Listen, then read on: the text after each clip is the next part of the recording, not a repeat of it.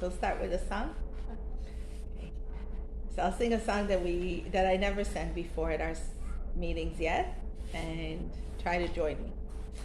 And after the first time or before. Ani mami, sorry. That's okay.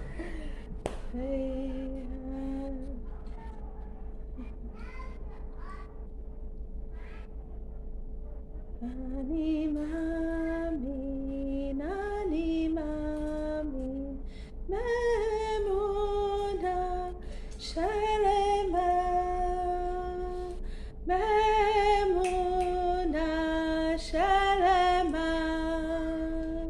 beviat hamashiach, beviat hamashiach. Ani mami,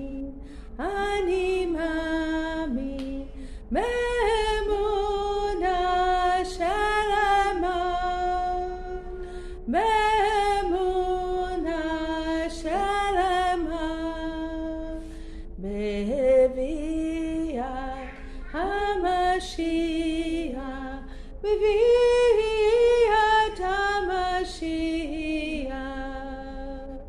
Ve'af al pi sheitmamea im kol ze ve'achake lo, ve'af al pi sheitmamea im kol ze ve'achake lo.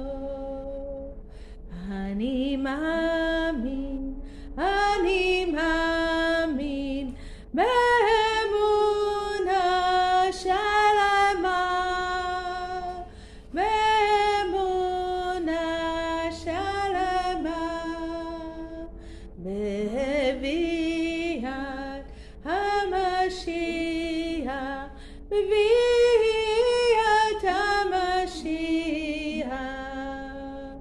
Ve'af al pi sheitmamea im kol ze ve'achake lo, ve'af al pi sheitmamea im kol ze ve'achake lo, ve'af al pi sheitmamea im kol ze ani מאמין, ואף על פי שיתמהמה עם כל זה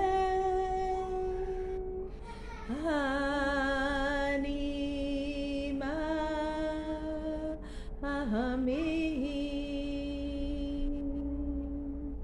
ואף על פי שיתמהמה עם כל זה ואחכה לו, ואף על פי שיתמהמה עם כל זה ואחכה לו, ויענשה במעלה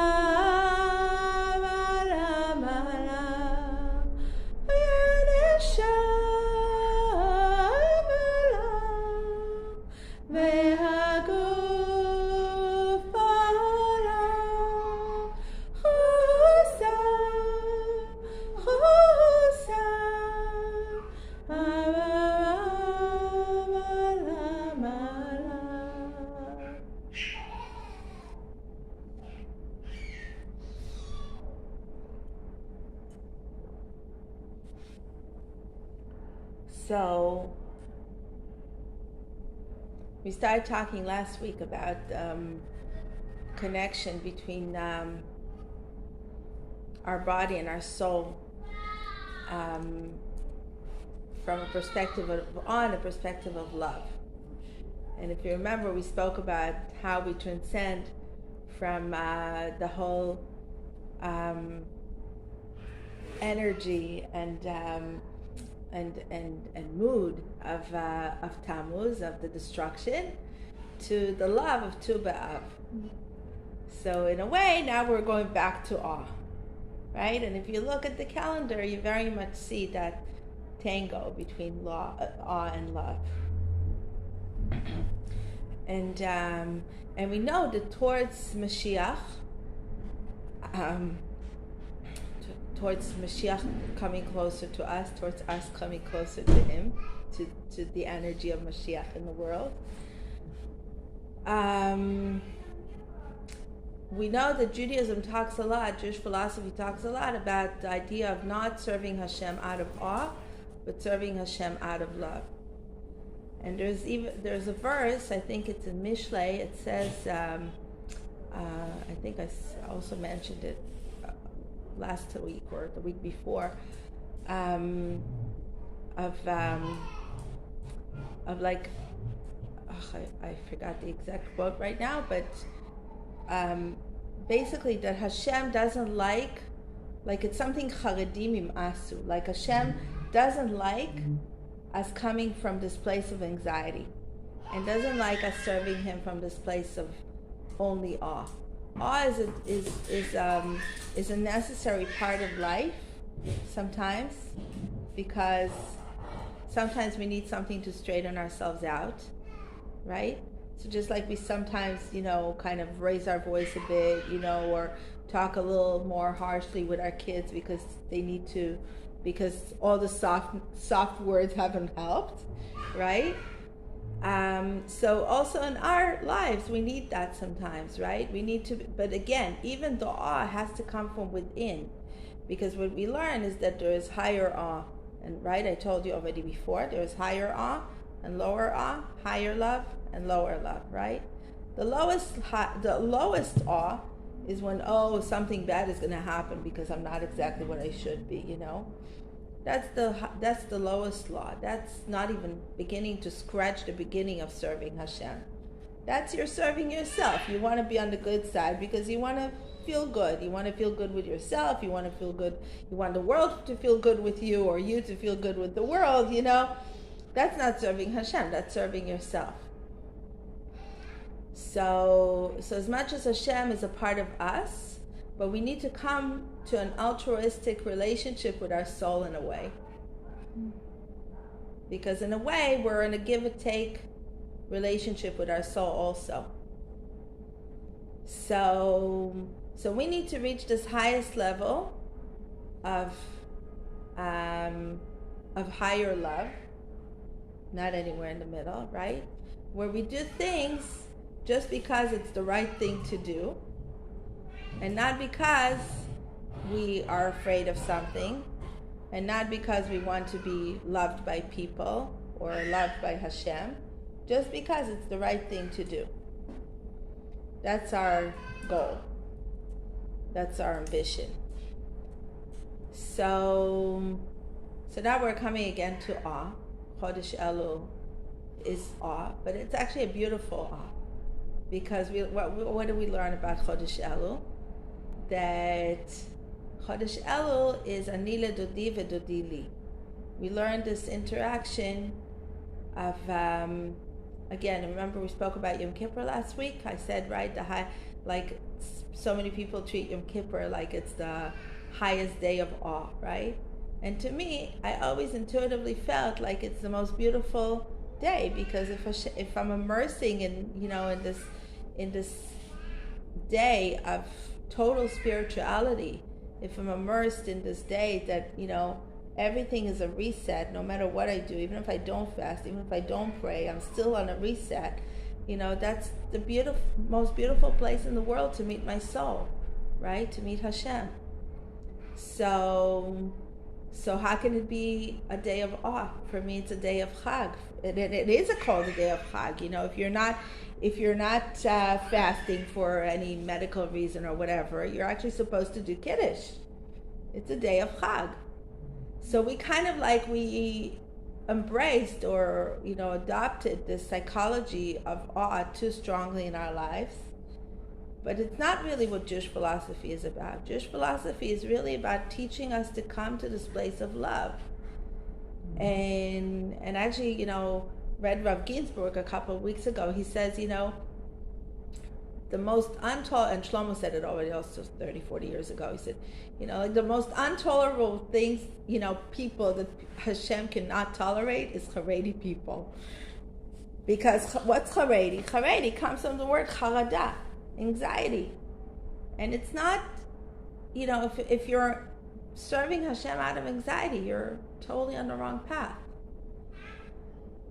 And that's why we see so much, lack of emotional well-being, and lack of integration of Yiddishkeit on a deeper level, because Yiddishkeit is supposed to make you feel good. If it doesn't make you feel good, Shlomo used to say it over and over again, then something in your Yiddishkeit is wrong. The Torah is called the Torah of life. Hashem wants us to live. Hashem wants us to smile. Hashem wants us to be joyful. And it's only if we enjoy our Yiddishkeit that there is a slight chance that we'll give it over to our children. Because whatever you do without our smile, then it's not going to go over to our children, because they're just going to see that we're suffering. Why would they want to adopt anything that we're not smiling through? So the month of Elul is called also the month of Tshuva. And what is Tshuva? Tshuva comes from the word lashuv, to come back. And also it's in the same shoresh, in the same source as the word Shabbat. And what is Shabbat? Shabbat, and by the way, it's also from the word Yishuv, which is a settlement, but it's also, we learned the concept of Yishuv Da'at. How do, if you look at the prayer, so in some of the prayer you're supposed to stand, because in those moments when you're supposed to stand, you're supposed to get actually filled up with awe, right? Then there are moments when you're supposed to sit down. Why? In order to leyashev et hadat, in order to you're much more calmer when you're seated, right? You want to seat your thinking. You want to calm your thinking. And that's what meditation is all about. And our prayer is all about guided meditation, basically. So if we look at all the halachas of the prayer and all where you're supposed to stand and sit and whatever, all those, and the words, of course, all those are basically guiding us to a certain level of integrating a certain philosophy into our lives. It's not supposed to be something that, we kind of praise Hashem and we go along our way, or we ask for a few things and we go along our way. It's not. It's about integrating a certain philosophy. When we say Hashem sfatai tiftach ufi agiti ilatecha, open up my lips so I will praise you, Hashem, right? It's not that I should praise you this moment when I'm saying Shmoneh Esrei. It's that my whole day should be about praise. In that moment, I'm integrating into into a third of my day, right? Until the next few hours, right? I'm integrating a feeling of praising life, It's like, you can't praise Hashem and not praise life. Right? If you're not praising life, you're not praising Hashem, because Hashem had created this life that I'm going through. So every time I'm not in a feeling of praise, I'm not in a consciousness of gratefulness and inspiration and all these positive feelings, right? Then I'm not really praising Hashem. We're saying in Birkat HaMazon, we're saying, V'yitadar banu la'ad u'le'olmei olamim, v'yitpa'ar banu la'ad u'netzach nesachim. May Hashem take glory and take honor, through us, right? How do we bring Hashem into the world? By smiling to the person next to us, right? By going into a shop and saying a nice good morning and, asking the person selling to us how they are, and not being grouchy at them and the next person behind me that, or before me that, it's taking them too long. I'm bringing Hashem into the world. I don't need to do much. It's very little things, that bring Hashem into the world. And whenever I get out of that feeling of serenity and groundedness and positivity and gratefulness, then it doesn't matter that I say Hashem Sfatay Tiftach 1,000,000 times, right? It's like, it's not walking my talk. So what are we coming back to? We're coming back to ourselves, basically.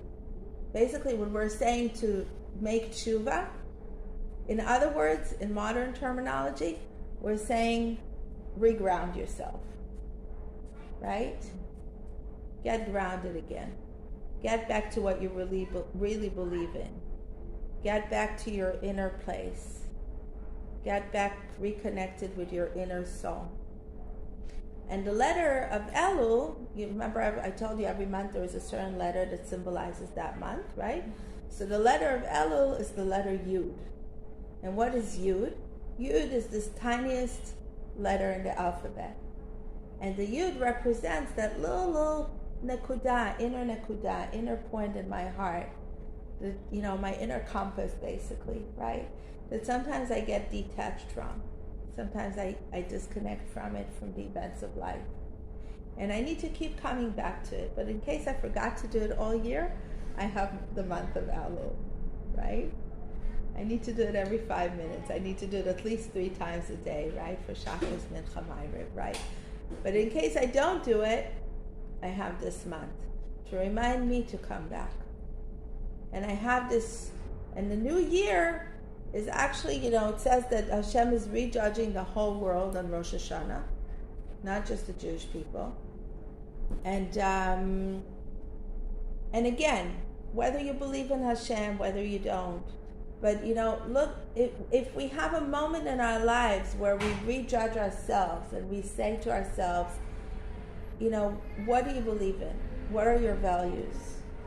Where have you forgot? One of the last parshat before Rosh Hashanah is Parashat Shoftim, right? Put judges and policemen in your life, right? Where have you forgot to be your own judge? Where have you forgotten that, that to remind yourself that even if you forget to judge yourself, at least, have a little policeman here and there, reminding yourself that this is right and this is wrong, right? We say it every morning, right? We say, Asher natan l'sachvi bina l'avchin ben yom u'ben laila. What does it mean? It means that we know that now the sun is shining and now the moon is shining. Dogs know that too, right? Chickens know that too.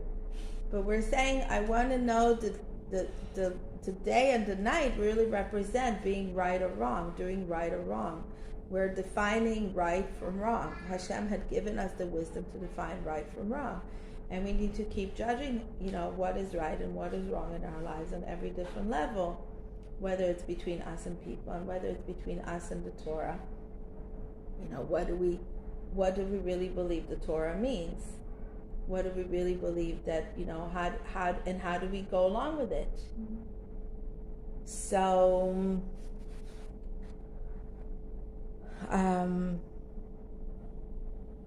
okay. So really, we also come back every Shabbos, right? We said that it's also, that tshuva is also from the word Shabbos. And we really come back from the word Shabbos. And we really connect, when we talk about tshuva, we connect to the energy of Shabbos. And what's the energy of Shabbos? The energy of Shabbos is the energy of sitting down. What is Hashem doing? What do we do Kiddush on Shabbos, right? What does Kiddush say? Kiddush says, Vayachulu Hashemayim, like Hashem basically looked at the world and said, wow, what a beautiful world. Now I can sit down and have Shabbos, right? And in a way, we do that every Shabbos. We say, okay, I did this on Sunday, I did this on Monday, right? And now I have Shabbos. Now I can look at all my creation. Now I can look at my, it says, whoever didn't prepare the day, like for Shabbos cannot rest on Shabbos, right? Because we need to notice that it doesn't only say, have Shabbos. It actually says make Shabbos. But it also says work the rest of the 6 of the days, right? It's like it has the work of the 6 of the days, and then it has the work of Shabbos. What's the work of Shabbos? The work of Shabbos is to enjoy what we worked on the rest of the 6 of the days. Is to rest and enjoy it and appreciate it, and to have this calmness of not needing to run after more. So we need, in our lives, we need those both energies. We need the energy of creativity of the 6 days, but we also need to take the energy of the moment of looking at it and just appreciating what we have. And when we have that energy in our lives, then it's the most serene moment in our lives, right? It's like when you actually take that moment to appreciate what you have created, what you have built, right? When you look at your painting after it's done, maybe a painter never ever looks at its painting and never feels like it's done, right? But when we look at whatever we've created, right? And we're totally wow. And it's the most serene moment in our lives. And that's what Hashem is doing once a week. And that's what He's encouraging us to do once a week. To take that moment of appreciation of, yes, I need to do A, B, C, D, but I'm also so happy with what I've achieved. And what I have achieved not only on, on my business level and whatever, but mostly on my emotional and spiritual level. I want to introspect on what I've achieved emotionally in my life, on what I've achieved, on my relationships with my people, with my loved ones, with the people around in my world, what I've achieved spiritually, what I've gone through, and how I interact and how I respond to events in my life, right? I might have been always, so much more overwhelmed, and I might be taking things a little now more balanced, right? I might have gone through crazy panic attacks, and now I'm doing it much less. I might have, whatever it is, right? So, okay, so we learn, and basically that's Geula. When we talk about Geula, when we talk about Mashiach, that's Geula, that's Mashiach energy. We have a lot of prophecies about what Mashiach is going to look like, Mashiach times will look like, right? And different signs of, what's Mashiach kingdom in the world is. But to be honest, we don't know. Because every prophecy that we do know, we only determined that it was a true prophecy looking back at it and saying, oh wow, right? Like when we look now at the prophecies of the destruction, now we know Jeremiah was right. At the time, nobody believed him. Everybody thought he was a loony.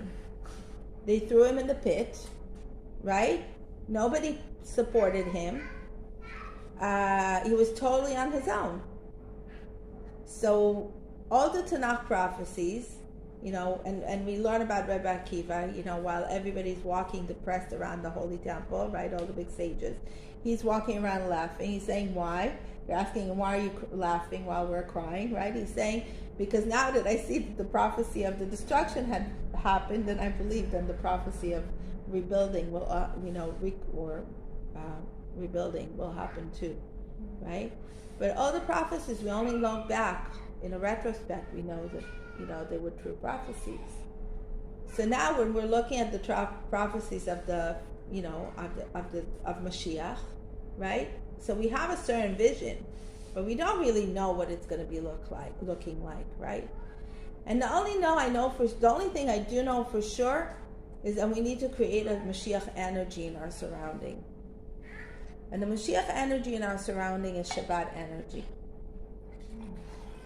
Shabbat on a physical level. I'm just sitting back and taking a step back and just, overviewing everything that we have on all levels like we spoke before. But also on a spiritual level.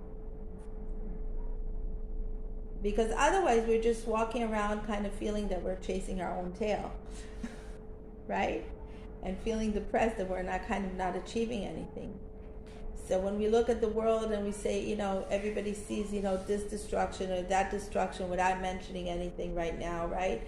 And we're like, you know, like what's going to be, you know, like it so much looks like, you know, whatever, the 30s, the 40s, the 50s, whatever it is, right? But we also have to take a step back, and also on a spiritual level. Oh, you know, the world was so evil and it's still so evil, you know. But no, we have so much good going on. So much good, you know. We have to take the appreciation of it. We have to take Shabbat energy to look at how much the world had forwarded, had built itself, you know, to higher moral levels, you know, how it progressed. Thank you.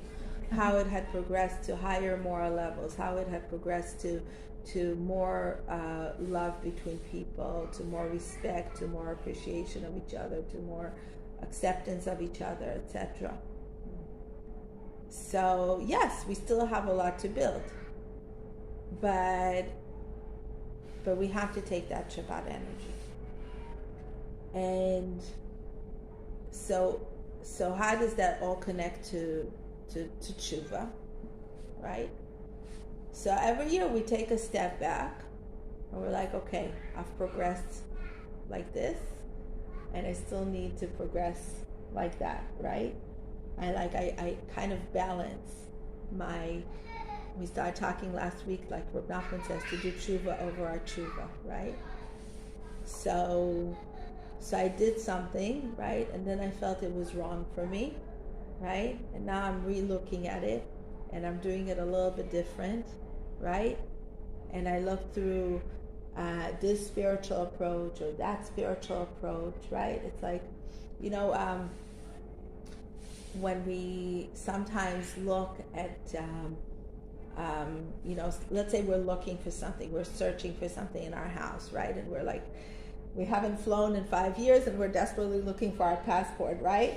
And along the way, we come across all these things that we haven't seen in how many years in our deep drawers, right? And we find our pictures, we find our photographs, we find our, you know, that we, you know, and maybe we find, I don't know, like a photograph of an ex, whatever, boyfriend from a million years ago, right? Really? Or maybe we find, you know, like, I don't know, something that, like, you know, like we really didn't want to come across, right? Mm-hmm. And we're like, okay, and it sets us back, right? And it puts us in this place of like, you know, so, you know, where am I? You know, what have I left behind? And what have I learned from it? And what do I want, right? And have I achieved those desires, right? And you know, and the same thing on a spiritual level, you know? You go through this spiritual approach and you go through that spiritual approach, right? If you know, like, you don't know that it's not what you want until you've been there. You know what I mean? Yes. Right? It's like you make all these mistakes in life and you don't know that they're mistakes until you've made them. So, and the Torah says it, a person does not understand what the Torah means until he stumbles over it, right? What does it mean? It doesn't mean the technicalities, because I can call the rabbi and he can tell me, yeah, this is wrong, this is right, this is wrong, you know. But until it's mine, it's worthless, because we say ten chelkeinu b'toratecha. I want it to be my Torah. I want it to be my realization. I want to know for myself that this is right for me and this is wrong for me. I guess the whole idea of like what you said at the beginning with like grounding, like being grounded and like really praying and connecting. So I feel like in today's world, like everything is just so incredible. Everyone knows everything. It's like everything's just right there. There's always a rabbi. If you don't, you can Google it. There's always a rabbi to tell you what to do. There's always something like that's somehow, and it's just it's like there's so much information out there that's so hard to be connected to like our. And you have to choose your own. Your truth, right? And then what happens? Occasionally somebody will send you something. This is my favorite, whatever, like my favorite rabbi, my favorite guru, my favorite spiritual teacher, my favorite, whatever, right? Meditation or whatever it is, right? But until you've checked it, it could be the best for them, but it's not necessarily the best for me, right? So when we talk about spiritual tshuva, we have to try it too. I mean, maybe we don't have to, but we really do, because it's not a spiritual search unless you're searching, right? The concept of like Rabbi Nachman, like just take a few minutes every day just to do our own kibbutz. Right? Yeah. Right? So we're doing that meditation to actually go through, Hashem, what is right for me, what is wrong for me, right? But then the question is, how do we actually know for sure? Right? Because we have Chokhmah Bina Da'at. Yeah. What's Chokhmah? Chokhmah, I've learned it. You said to me that this is the best, whatever, meditation, guru, rabbi, whatever, right? So on a wisdom level, I've learned that there's another rabbi, meditation, etc., right? On a Bina level, it still hasn't integrated into me, right? And then Da'at is when I really know that it's, now I'm a new me, So it's like, tell me to meditate on this glass jar, whatever, right? And I'll be like, this is stupid, right? It's like, okay, so I'm going to stare at it, and what kind of realizations I'm going to get from it, right? But after I've meditated a million years on Yud Kei Vav Kei, right, I can tell you for myself that it helps, that it gets me somewhere, right? Until I haven't checked it out myself, I can't tell you that it works. Because it's like telling your third body that somebody told me that, something really works, right? I can only testify for myself that it works after I've tried it on myself. And only then I can bring it into the world as something valuable. Maybe it still won't be right for somebody else, but at least I can testify for it that it's valuable for me, right? So we have to find Hashem. We have to find the Torah on that level. Not on the level that somebody told me that somebody told them that something works, right? I need to learn to reconnect to Hashem on that level that I can tell you 1,000,000% this works for me, right? And we, it's like, I remember when I think maybe I told you this story before, but when I was like 5th, 6th grade, and I started asking questions, my elementary teacher in school, right, in like Torah school class, and he would be like, not now, it's not relevant, blah blah blah, and I would be like, answer my questions, right? And I felt like it was always pushing me off, and then I started reading. Like, my parents always had 1,000,000 books in their house, like from different traditions and different religions and whatever. And I started reading basically everything that dropped into my hands. And I started coming with more complicated questions. So he was like, oh my gosh, what have you been reading, right? Mm-hmm. So I was like, I said to him, listen, I'm looking for God. Either help me find him, or at least don't disturb me, right? So it's like,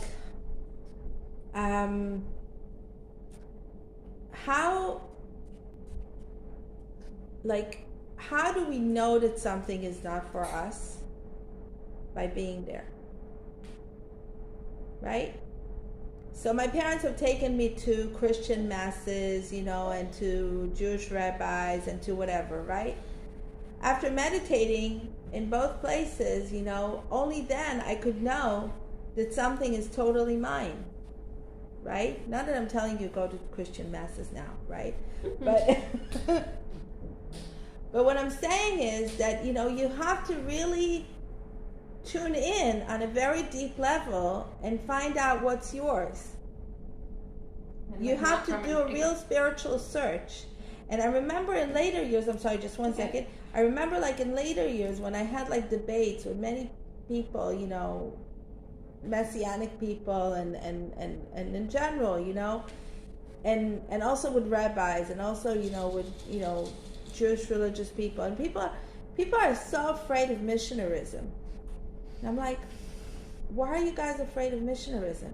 Fix up your own belief system, and you won't be afraid of anybody or anything. Yes. Right? It's like, if you are constantly fighting somebody not to change your opinion, then you're obviously not so sure about what your opinion is.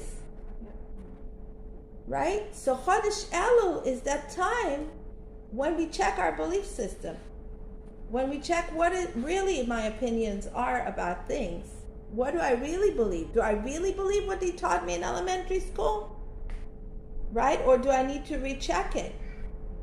And the truth is, unfortunately, I believe very strongly, we started saying it yesterday also, that a lot of the mess that we have within our people, of losing our next generation over and over again, is because they taught us of a God of this size in elementary school. Instead of giving us the infiniteness of God, instead of giving us this unbelievable philosophical concept of Yud K Vav K, that everything before and everything in the present and everything in the future, no matter how scary it might look and how tsunami it might look, you're always okay. You're always with Hashem. Whether you've sinned, whether you're the worst horrible person in the world, whether you've totally lost your path in life, whatever it is, whether you're completely, your life is financially, morally, emotionally, spiritually destroyed, Hashem is there with you. You're with Him. That philosophy is there to hold you. And you can grasp on it in every moment in life, no matter what you're going through. And that's not the Hashem that unfortunately we're teaching to our kids in our schools. It's also because, when you're talking about right or wrong, and the idea of prayer and meditation, it's because we're supposed to have that direct pressure with Hashem, what's right or wrong, and I think that a lot of times we judge ourselves really hard since we judge others. Right. And then we get lost. Right. There's a beautiful series on YouTube. I encourage everybody to go and watch it. It's called, I think, Learning from Our Mistakes, or something like that. I don't remember exactly the name of it. I'll send it to you later. But something with mistakes. Anyway, so it's a real powerful one. I'm really encouraging you to go check it out. Anyway, so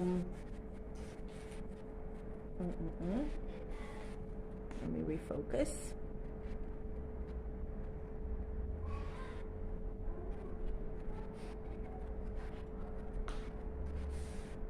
When we were kids, Hashem was over there somewhere, up there. Right. I never got the feeling that he's Hashem here. was everywhere. Right. It's up there. Even though there was always that little voice inside, and I used to wonder where that came from, or what that was about. But that was when Hashem was in the synagogue, when we went to shul on Shabbos or the holiday. That's where Hashem was. Hashem was not everywhere. We didn't talk about him around Go the pray house. now. Yeah. Prayer is everywhere all the time in me, right? Never had that education. Right. Even though you learned the song as a kid, Hashem is here, Hashem is there, Hashem is truly everywhere. It doesn't Yeah, but it was feel like that way. No, it was like a Pesach Yeah. or it wasn't every day all the time. Yeah. Right. Or I don't know. I grew up with God was talked about a lot in my home, but it was Really? out of anger. Oh, really? It was Right. it was Right. there to punish. What do you mean? It was Right. it Right. was just like it was Don't just piss 'em like off. it was like it was like everything bad that happened. It was like, how could this be a God? Right. And even Interesting. now, even when I have a conversation with my mom, she's like, this guy, that guy to do those things. It's just like, Wow. and it teaches you it's all about perspective. It's about us really seeing what was it in here? If if you see Who them- wants to be intimate with someone that you're afraid of? I grew up with a Right. lot of fear in my house. Right. Very, very like just Wow. Yeah. always everything I did wrong I would feel this immense guilt and I would be punished. Right. And I have it till today, like if I Right. do something wrong my kids will suffer or like Right, so it's the constant right. worrying don't do wrong. And then it's very discouraging to be intimate with that entity, Right. right? So, So interesting because it's that there's when you look for proof for things, you find it.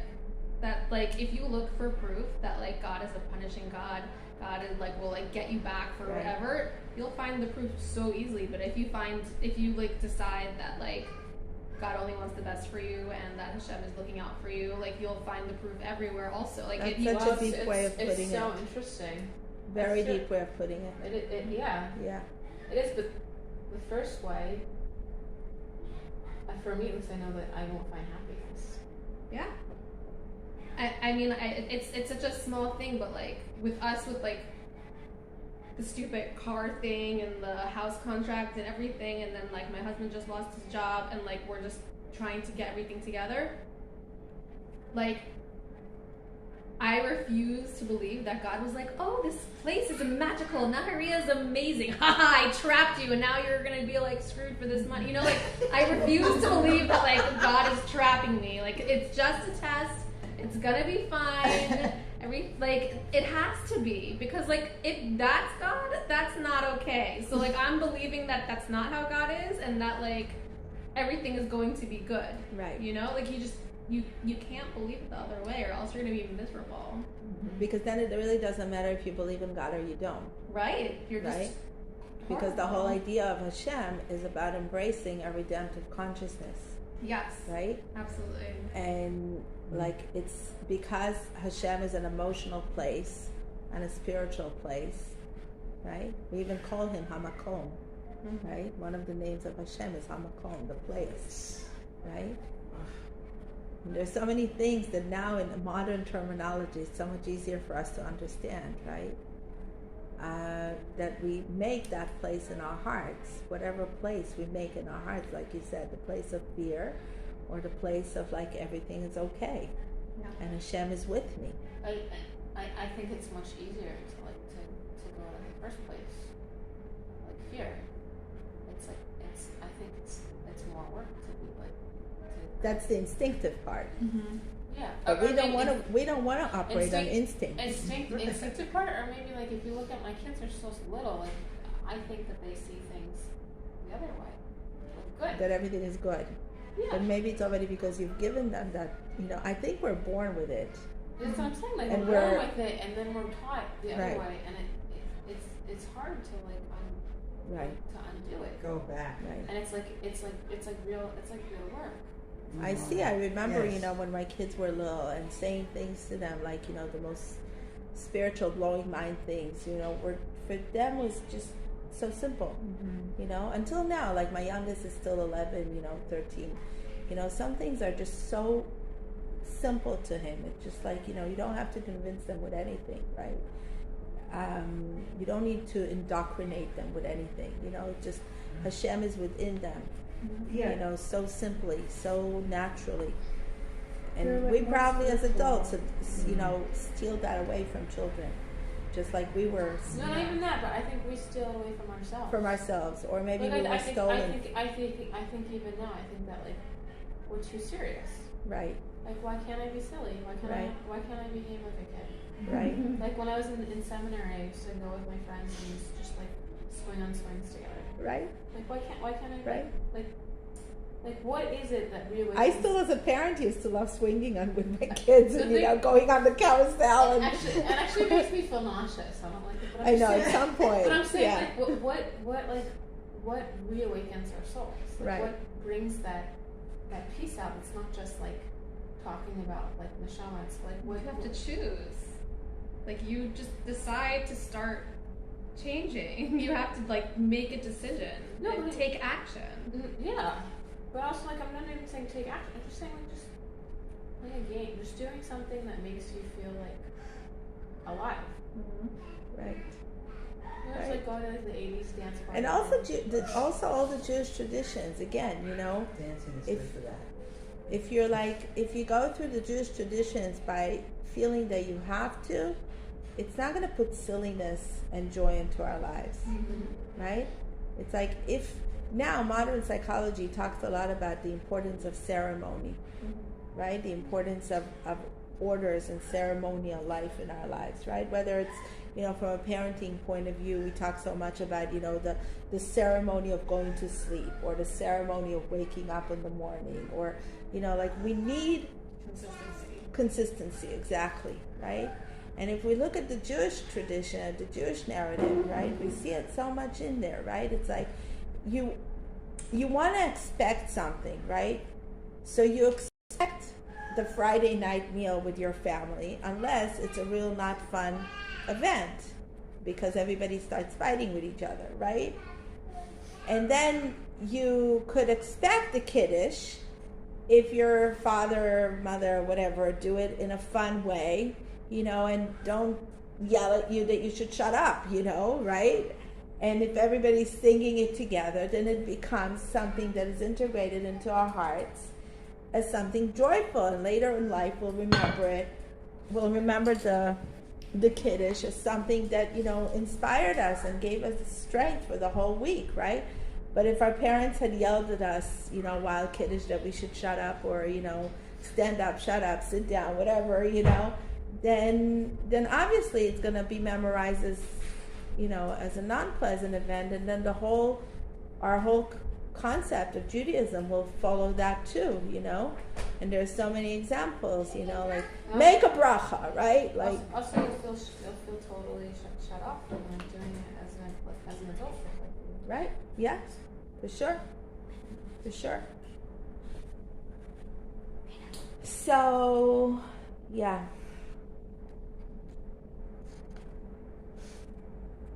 So I think that, you know, like in general, you know, it's like the whole world had done it in a way, you know, we like the whole narrative of, you know, the Judeo-Christian Muslim, you know, God narrative was very much a God of fear, you know, and thank God it's shifting a little bit, you know, and in us, you know, Baruch Hashem, you know, the Hasidus, you know, the approach to Hasidus had made it so much softer. And to Kabbalah had made it so much softer, and like had really brought us to, had brought like a soft God into our lives again, you know, a loving God into our lives again, and is slowly bringing and shifting our consciousness to a loving God and to a loving relationship between us and godliness in the world. And so I just want to, like, you know, to conclude, I just want to like really put into our consciousness that picture of two things, you know. One is like Anila Dodiva Dodili, you know, I'm basically, which basically means I'm to my lover and my lover to me. I'm to Hashem and Hashem is to me, in a loving way, right? And the other picture that I want us to go away with is like Hamelech Basadeh. You know, like usually the king is in the field, right? This is the other expression that goes along with Chodesh Elul, right? So usually the king is in the palace and you can't really approach the king. So even though this is the month of awe, and a king is a picture of awe, is a metaphor of awe, right? But now in the month of Elul, he's in the field. He's where all the people are. He's not in the palace where you can't reach him, right? And I think to me it's a very soothing picture, you know? It's not like I have to go to this office of the king, right? And knock on the door and go through all the guards and whatever, right? It's like Hashem is here within us. And it's like, it's you know, it's the intimate Hashem that I want in my life. It's not that King Hashem that I, you know, most of the year we're so trained to think of Hashem in the picture of the king. And even though we are, how do you say, like crowning Hashem on Rosh Hashanah, right? That's going to be a different concept. But now we're not in the place of crowning Hashem. Now we're in the place of just chatting with Hashem like our best friend. This is the month of Elul. You know, it's like, yes, you know, it's like how, you know how like sometimes you need to apologize to someone and it comes with a lot of baggage, and sometimes it just comes really soft.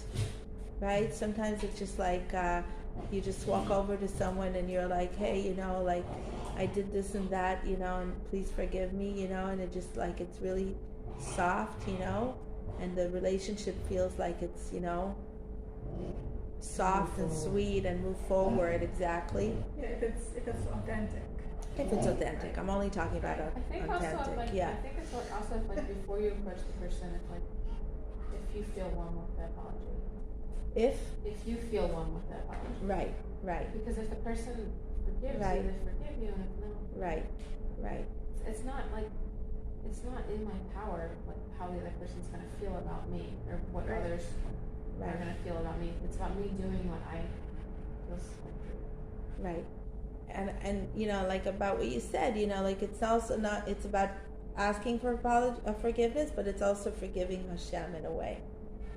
And I would feel very chutzpahdik saying it if I didn't have Rabbi Levi Yitzchak of Berdichev to teach me to say it. But Rabbi Levi Yitzchak once actually had made a list before Yom Kippur, I think it was, or Rosh Hashanah, I don't remember exactly. He made a list of all the things that we had done, and you know, the people in the community. He was the Av Beit Din in the community, and he made all the troubles that the community had in that year. And he came to Hashem with these two lists, and he said, Hashem, if you forgive us, we'll forgive you. So in a way, we all have this place in our hearts that we need to forgive our parents, teachers, whoever that taught us of a wrong God, of a wrong concept of God, and therefore we need to forgive God in a way, right? And then we also need to find those places where we need to also apologize for what we have done, and see where we want to fix, and then to clean those guilt feelings by remembering that that, you know, in the end, in the bottom line, all these places where we need to apologize for, Hashem had put us there. So He's okay. He's in charge. He's okay. You know, we were traveling there. We were searching there, like we began at the beginning. It was like searching our closets for a passport, right? So we were searching there. We made mistakes, but Hashem had put us on that search. So it's the most natural thing to come and say, Hashem, you know, like, you had put me on my search. I'm back. I'm here now. Can we start all over? Can I ask something? Yeah. The whole asking for forgiveness before Yom Kippur thing, it always bothers me so much. I like have those conversations and ask for forgiveness All year long. at the right time, like Right. when things happen. Right. If there needs to be a larger conversation, I would never want someone to like wait for almost like a selfish time to ask before Yom Kippur. It is almost selfish. It's like, oh, I have to do it because it's Yom Kippur, so I guess now we'll do it. Like, do it like 2 or 3 months before. Right. Like, if there's a conversation that needs to happen, shouldn't it be then? Shouldn't it be? I agree with you 1,000,000%, and I've had people who actually approach me like, you know, a day before Yom Kippur or Wanna punch them whatever. in the face. And you do feel like punching them in the face, especially that the day after Yom Kippur they behave exactly the way Take they note, no, just kidding. especially if the day after Yom Kippur they behave exactly like the 10 Yeah. days earlier. Yeah. But again, you know, it's like at least you know, that week or month, a year, that people actually take the time to think, oh, we did something wrong, you know? It's such like a different way of thinking of approaching it that way. Because I guess it's like approaching it like from like a non-judgmental point of view. So looking at it that way, the way that you said, versus the other. So it's like us deciding what's right for us. Because in a way, what they did to us was a part of our search in the closet also. We couldn't have done our spiritual search without the negative feelings that they had put in our hearts. It's funny you said that, because like I'm having a hard time with like somebody was close to me, and one of my friends was telling me, she's like, well, you know, there's a piece of you in them that you see, and that's why they bother you so much. There's a reason why they bother you so much. Like, You see Right. something in them in you that you don't like about you. Yeah. So you need to look at you and see what you don't like about you. Also that, and also other ways of our spiritual search through those negative events that had happened in our lives. Yeah. They had put us on a certain path. We had either become better from them or worse, but it had put us on a certain search, right? And our search would have been different without those events. So in a way, the fact that they're coming to finally apologize the day before Yom Kippur is a bonus, because it's not about them. In a way, you could even say that they have finished their job after they hurt me. They had finished their role in my life when they had hurt me, because it's my life, and I choose to either keep them in my life or not. If they actually come and apologize, it's already a bonus. We sit here. It's not the most important thing. It's hard to live that way. I'm not saying that it's, I'm not saying that I'm doing it, because I also have things in my heart, But on a spiritual level, I really believe that's the truth. I really believe that this is where I should be going with it. So, for our own well-being and for the well-being of the world. Because in a way, it's like, it's like, put it in simple words, holding grudge is never going to get us anywhere. It's just going to make us bitter. It's just going to make us hurt for longer. You know what? I wanted to say a little story that totally exemplifies that so perfectly. There are 3 people together that they stole a huge amount of money from me. And it's a long story, doesn't matter. And anyway, 2 of them own an apartment in the same building that I live in, but that apartment is used as a Zimmer. The thing is that apartment it kind of like juts out from the building. So every time I walk into my building, I see this apartment, right? And so because I was holding such a big grudge in my heart, I used to, like, every time I would walk into my building, I would try to think about all the different ways that I hoped that their apartment would be destroyed, right? And so the 2 things that I used to, I would think about, I hope they just have like a big fire and everything gets ruined, or I would say, I hope that they, that their apartment gets flooded. So, right? Okay? So, listen, I mean, like, these people are really, really, really bad people. Okay? And they lied to me for like years and years and years. It's not a small thing. So, okay, this, I don't know how to put this into the perspective of what you're talking about. So what happened was one day, I was gonna go out for a bike ride. I was actually out of my house, and I realized that I forgot something. And I went back into my house, and I had left my toaster oven on, and my toaster oven was like broken, and it was like about to go on fire. Oh my God. And it was only because Hashem caused me to forget something that I went back into the apartment. If I wouldn't have gone back into my apartment could have gone on fire. Yeah. And then recently there was a big thing that happened where somebody on the floor above me did something wrong, and for 20 hours, like, water was leaking into my apartment from upstairs, right? So that's it, like the fire and the flood, okay? Like Hashem showed Did any you. of it get into the Zimmer? No, I'm just Wow. Goodness, no, guys, it was all my apartment, but so Everything that you cursed them, in a way, Hashem had reflected back to you. Wow. yeah, because Hashem, listen, like what you said, you can't fix anybody else, right? Good people are good people. Evil Bad people are people evil are, people. and the evil people are evil people. That's like their job to do their, their own tikkun. I can only make myself better, and like I realized that holding a grudge, and every time I walk into the building, like wishing that a tornado comes and the only thing it ruins is their apartment, is it's not good for me on so many levels, and And so I have to completely let go of that Mm-hmm. and go way beyond them, to be together and like one with Hashem, you know, and not focusing on evil people and focusing on like the light, like the good, you know, and just go beyond it, like totally beyond it. You know, there's a verse that says, "Mevarchecha avarech, umekalelecha ha'or." So, like your blessers, I will bless, and your cursers, I will curse. Mm-hmm. But a'o is I will curse, but it's also it's also light.